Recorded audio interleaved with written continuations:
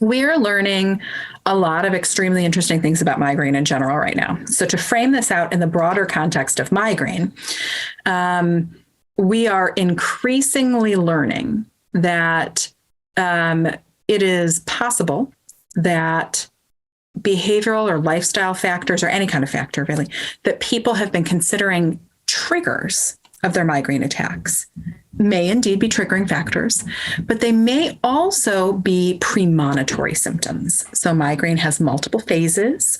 The premonitory period is about a couple hours to a day before the pain of the migraine attack itself starts. Then there's a pain phase. For some people, there's aura right before that. And then for up to a day afterwards, there's the post-drome. So migraine has these distinct phases. And it makes a lot of sense. Human beings are pattern finders. So that's what our brains do.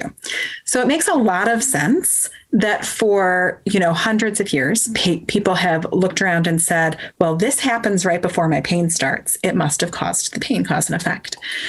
But in fact, there is almost certainly some of that going on, yes.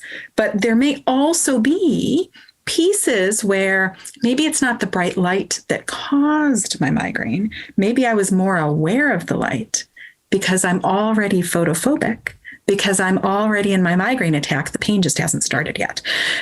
So it's going to take extremely careful monitoring and some new research methodology to start to disentangle these approaches. And it's going to need to be all the way from our mouse model basic scientists all the way up to our applied behavioral science and informatics people like me. So in that context, we are learning a lot of things about diet and physical activity recently that are more science-based than we've ever had before. We're learning that a lot of the assumptions that we've made that certain things are triggers, may not necessarily be as accurate.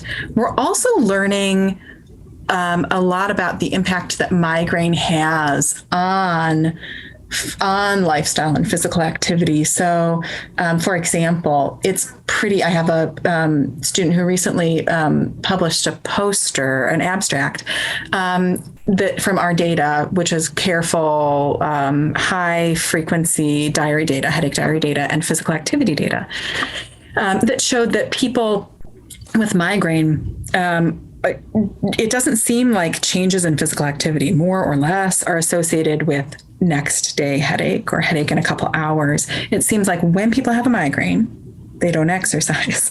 Well, being exacerbated by physical activity is one of the key cardinal symptoms of migraine. So we're learning that, we need to really build our lifestyle interventions. Aerobic activity has very promising evidence as a lifestyle intervention for migraine management, but it is reasonable for people not to go and engage in aerobic activity when they're at the height of migraine, which is what we're seeing that they're doing naturalistically, right? They're avoiding physical activity then.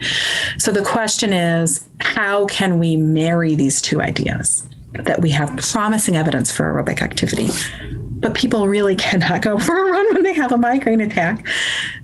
How do you marry those things? And I think that's where the field is going to make significant advances in the next 5 years.